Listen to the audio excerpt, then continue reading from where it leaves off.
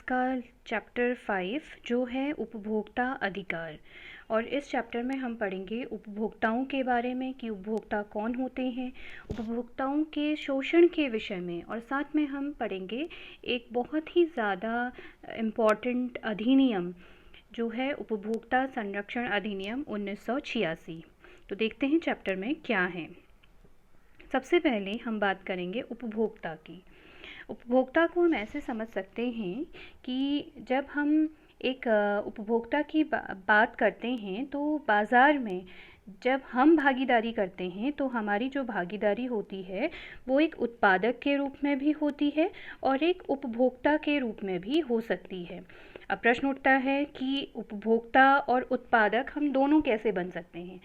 जब हम कृषि, उद्योग या सेवा जैसे क्षेत्रकों में कार्यरत होते हैं तो हमारी जो भूमिका होती है वो उत्पादक की हो जाती है, क्योंकि हम कुछ सर्विस दे रहे हैं, सेवाएं दे रहे हैं।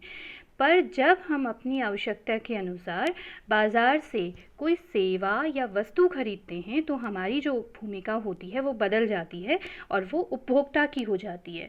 तो इसे आसान भाषा में अगर हम समझें तो इसे हम कह सकते हैं कि जब कोई व्यक्ति बाज़ार से कोई भी सामान या सेवा खरीदता है तो वही उपभोक्ता कहा जाता है और वह भी बाज़ार में एक भागीदार बन जाता है। अब हम थोड़ा सा और सरल से बनाते हैं कि उपभोक्ता उस व्यक्ति को कहते हैं जो विभिन्न वस्तुओं एवं सेवाओं का उपभोग करता है अथवा उनको उपयोग में लाता है। जैसे वस्तुओं की अगर हम बात करते हैं तो गेहूँ, आटा, नमक, चीनी, फल, कुछ भी हो सकता है। और इसमें कुछ अस्थायी वस्तुएं भी आती हैं जैसे कि टीवी, मिक्सी, कार, साइकिल आदि। ये सारी की सारी जो चीज़ें होती हैं इनका हम उपभोग करते हैं। जिन सेवाओं का हम क्रय करते हैं यानी कि खरीदते हैं, जैसे बिजली, टेलीफोन, परिवहन, सिनेमा हॉल, ये सब के सब भी सेवाओं में आते हैं या फिर एक उपभोक्ता के रूप में हम इनका भी क्रय करते हैं, इन सेवाओं का। तो आई थिंक आपको समझ में आ गया होगा कि उपभोक्ता क्या होते हैं। फिर इसके बाद है कि जब हम कहते हैं कि उपभोक्ता जो होता है उसके बिना कोई भी कंपनी जो होती है, कोई भी सामान जो होता है उसका कोई अस्तित्व नहीं होता है। ठीक है, इसके बावजूद भी, इतना महत्व होने के बावजूद भी उपभोक्ता का उसे जो उसके अधिकार हैं वही नहीं मिल पाते हैं। जितने भी उसके जो अधिकार होते हैं एक उपभोक्ता के रूप में उसे नहीं मिल पाते हैं। तो आपने भी कई दुकानदार ऐसे ज़रूर देखे होंगे जो सामान का जो वज़न करते समय बड़ी ही सफाई से बेईमानी करते हैं। सामान या तो कम तोल कर या फिर खाने के सामान में कुछ मिलावट करके या फिर जो मूल्य है जो उस सामान पर लिखा होगा उससे अधिक बताकर। और यदि आप कभी इसकी शिकायत अगर दुकानदार से करने लगेंगे कि आप ये गलत कर रहे हैं तो वो आपसे ही झगड़ने लग जाएगा। और इस प्रकार से अलग अलग तरीक़ों से जो उपभोक्ता हैं उनका शोषण होता है। जैसे मैं कुछ जैसे है कि उपभोक्ताओं के साथ जो अक्सर जो होता है कि अनुचित व्यापार की, मतलब जैसे सही जो वज़न होता है उसका वज़न कम करके तोल कर आपको बताया जाता है लेकिन कीमत आपसे पूरी ली जाती है। तो आपने देखा होगा कि जो ये भार और तोल होती है उसमें जो दुकानदार होते हैं वो अक्सर गड़बड़ करते हैं। तो आपकी जो चीज़ है वो आपको भार में कम मिलेगी पर जो कीमत है उसकी वो आपको पूरी ही चुकानी पड़ेगी। जैसे आपने नोटिस किया होगा जब फल ख़रीदते हैं अक्सर ऐसा फलों के साथ बहुत ज़्यादा होता है, तो या फिर पेट्रोल में भी आपने देखा होगा ऐसा। तो फल ख़रीदते हैं तो उस वक्त जो दुकानदार होता है वो जब तोलता है तो वो 1 किलोग्राम की जगह 900 ग्राम ही तोलेगा, पर जो कीमत है आपको उससे पूरी जो 1 किलोग्राम की कीमत है उसी के हिसाब से लेगा। और इसी तरह से अगर आप पेट्रोल पंप में जाते होंगे तो वहाँ पे अगर पेट्रोल भरा रहे हैं किसी कार में या बाइक में तो उस वक्त भी गड़बड़ी अक्सर देखी जाती है। तो इसका हम कह सकते हैं कि उपभोक्ता का एक शोषण का एग्जाम्पल ही है कि अनुचित व्यापार हो रहा है, जैसे कि जो सही जो वज़न है उससे कम तोल कर आपको बताया जाता है और कीमत जो है वो पूरी की पूरी ले ली जाती है। फिर इसके बाद है जो बिना पूर्व सूचना के शुल्क को जोड़ना। ये सोचना नहीं है, सूचना है। सूचना के कई प्रकार जो होते हैं, बिना पूर्व सूचना के कई प्रकार के जो शुल्क हैं वो जोड़ दिए जाते हैं। ये भी एक तरीका है उपभोक्ताओं का शोषण करने का। आपने देखा होगा, नोटिस करी होगी कि कई जो चीज़ें होती हैं उपभोक्ताओं को जो उसकी एमआरपी होती है उस पे उससे अधिक दाम पर बेची जाती है। अगर आप कहीं होटल में खाना खाने जाते हैं तो एक जो पानी की बॉटल की जो कीमत होती है वो एमआरपी के हिसाब से अगर वो 20 रुपया है तो वो आपको जो बिल होगा उस पे आपको वो जो बॉटल है वो आपको कम से कम 40 रुपये से नीचे की नहीं मिलेगी। तो आप देख सकते हैं कि जो एमआरपी है उससे बहुत ज़्यादा जो रुपया है आपसे वो लिया जा रहा है अलग अलग शुल्क के बहाने, कि टैक्स पड़ रहा है इसमें इतना, ये इसमें इतना और जोड़ दिया जाता है। तो बिना पूर्व सूचना के जो शुल्क है वो इसमें लगा दिए जाते हैं और आपको, और इस तरह से आपका जो उपभोक्ता है उसका एक और शोषण का उदाहरण यहाँ पे आप देख सकते हैं। कई बार आपने देखा होगा कि जो मिलावटी वस्तुएं हैं वो बहुत ज़्यादा बाज़ार में बेची जाती हैं और इससे क्या होता है कि जो उपभोक्ता है जो उसको ख़रीद रहा है उसके जो स्वास्थ्य है उस पर भी असर पड़ता है। जैसे आपने अक्सर नोटिस किया होगा जो तेल, मसाले, ये सारी चीज़ें होती हैं, घी वगैरह, तो आपने इन सारी चीज़ों में बहुत ज़्यादा मिलावट देखी होगी। तो ये जो मिलावट की जाती है व्यापारी द्वारा, लाभ कमाने की कोशिश होती है उनकी, उन्हें उपभोक्ताओं के स्वास्थ्य से कोई फ़र्क नहीं पड़ता है कि उनका स्वास्थ्य ठीक होगा या उन्हें कुछ नुकसान हो सकता है, इससे कोई फ़र्क जो व्यापारी है उसे नहीं पड़ता है। तो जो ये व्यापारी हैं, कई व्यापारी जो होते हैं वो नकली या मिलावटी वस्तुएं लाभ कमाने के उद्देश्य से उपभोक्ताओं को बेचते हैं और ये भी एक शोषण का तरीका है जिसके द्वारा उपभोक्ता का शोषण होता है।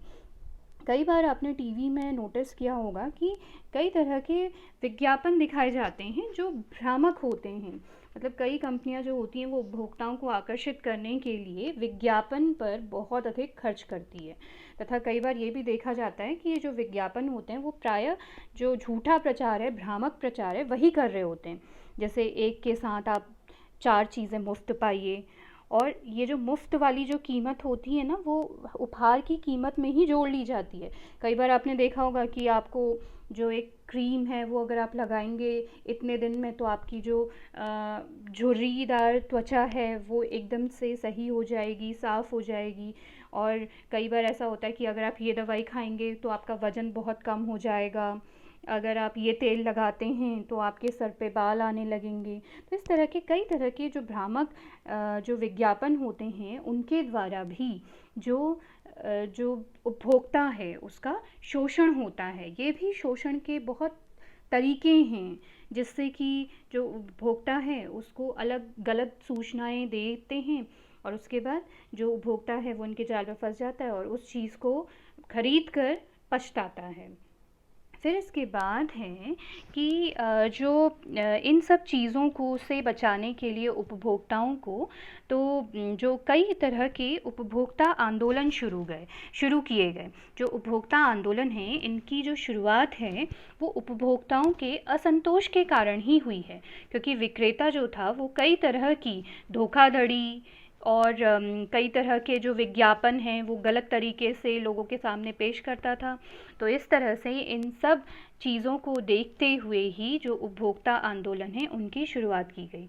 जो 80 के दशक थे उससे पहले जो उपभोक्ता थे उन्हें इस तरह के जो शोषण थे उनको इन शोषणों से बचाने के लिए कोई भी कानून व्यवस्था थी ही नहीं।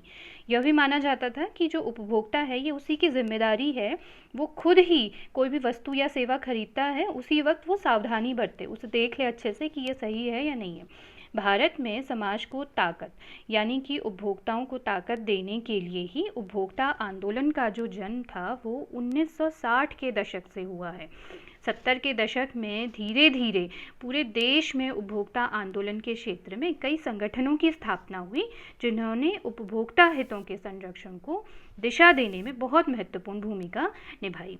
उपभोक्ताओं को शोषण से बचाने के लिए कई तरह के कानून भी बनाए गए और ऐसा नहीं है कि केवल भारत में ही उपभोक्ताओं के साथ इस तरह की धोखाधड़ी होती होगी, बल्कि जो विदेश थे वहाँ पर भी ऐसी ही स्थितियाँ रहती थी और वहाँ भी लोगों द्वारा कई तरह के आंदोलन किए गए।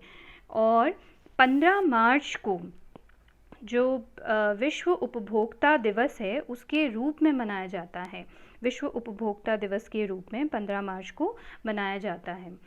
और क्योंकि इसी दिन 1962 में 1962 में अमेरिका का जो संसद थी वहाँ पर एक ये उपभोक्ता अधिकार जो बिल था उसकी रूपरेखा रखी गई थी। इसीलिए जो 15 मार्च है उसको विश्व उपभोक्ता दिवस के रूप में भी मनाया जाता है।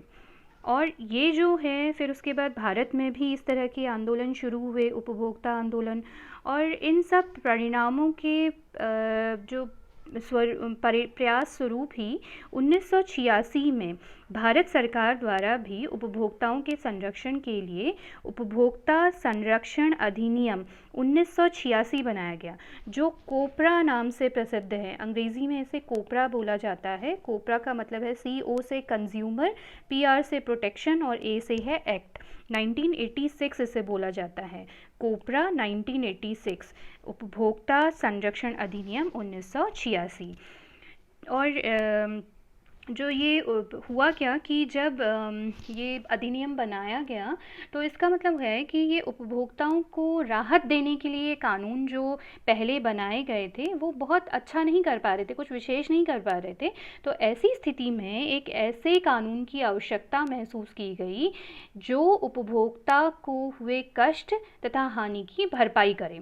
इसी को ध्यान में रखकर 24 दिसंबर 1986 को उपभोक्ता संरक्षण अधिनियम, जिसे हम कोपरा कहते हैं इंग्लिश में, वो पास किया गया भारत की संसद में।